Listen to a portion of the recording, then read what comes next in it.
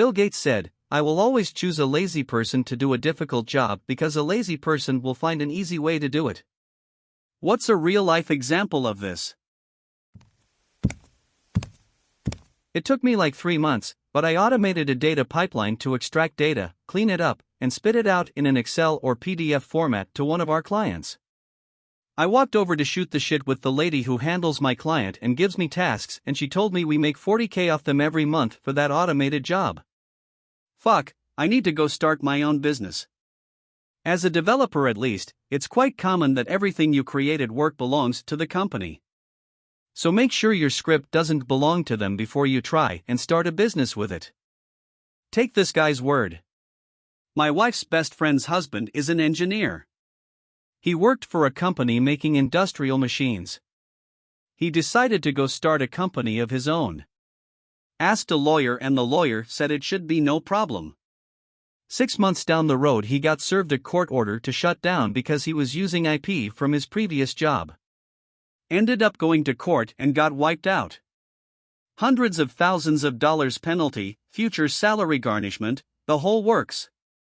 Even if the first lawyer says it's okay, get a second opinion and get it all written down. Spend $15K on lawyers up front or lose your ass. See, this is something people don't understand. If you think you're gonna do something that makes a lot of money, stop. Just stop. Work on it at home, quit if your contract requires it. If you had an idea on the job, discovered something on the job, etc., your company is not entitled to it. If you spend company time building it, they are. When Carl Friedrich Gauss, the famous German mathematician and physicist, was in elementary school, around 1784, his class was assigned the busy work task of adding all the numbers from 1 to 100, 1 plus 2 plus 3 plus 4, and so on. This usually kept the class quiet for half an hour or so. 7-year-old Carl was sitting quietly with the correct answer, 50-50, while the rest of the class was just starting, so the surprised teacher asked him how he came up with the solution. He replied that he added 1 and 100 and got 101. Then he added 2 and 99, and got 101, 3 plus 98 is equal to 101, and so on.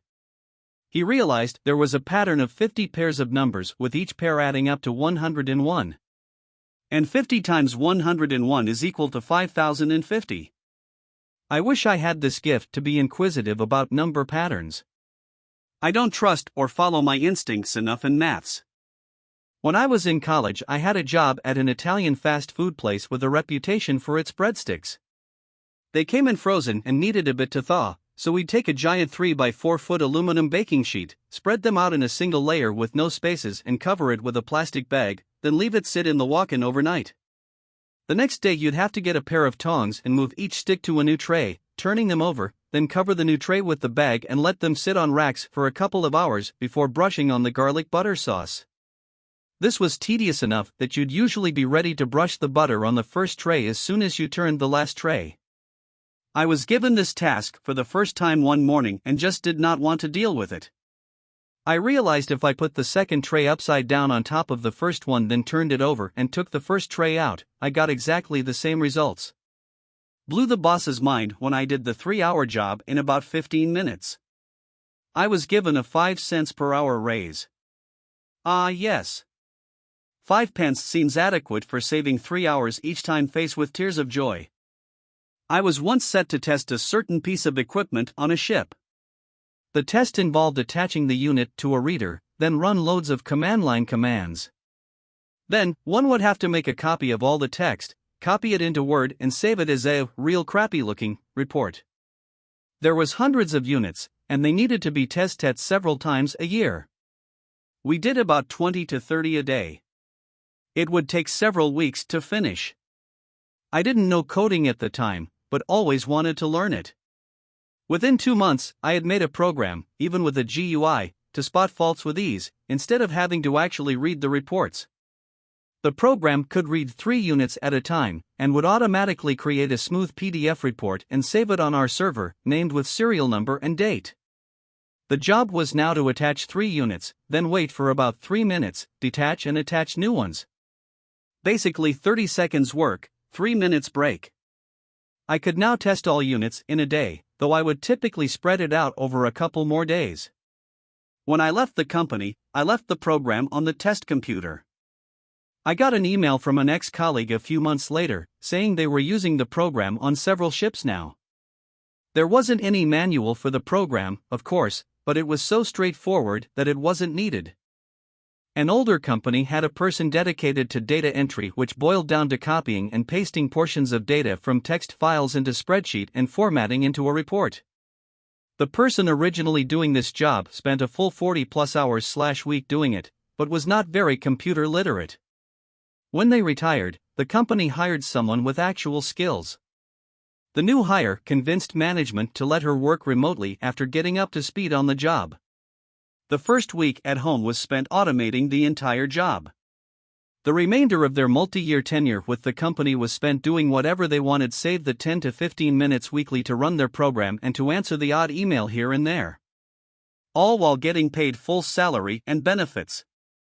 They actually had to add in a few errors now and then to make it seem realistic. I've worked a few places that have people doing this.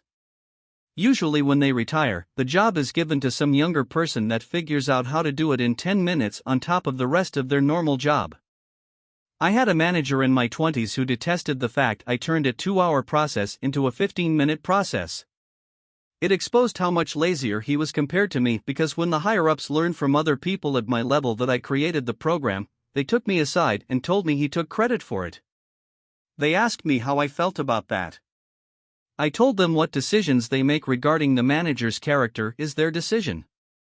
Just put yourselves in my shoes and consider it from that angle. They did nothing, and I took the concept to a competitor who invested the money into making the program more robust and proprietary. My name was line 1 on the patent and trademark documents, and I did well enough to semi-retire at 45. I credit Lee Iacocca for the inspiration. He went through a similar problem with higher-ups at Ford, and his answer was to take his brain to Chrysler, who would value it.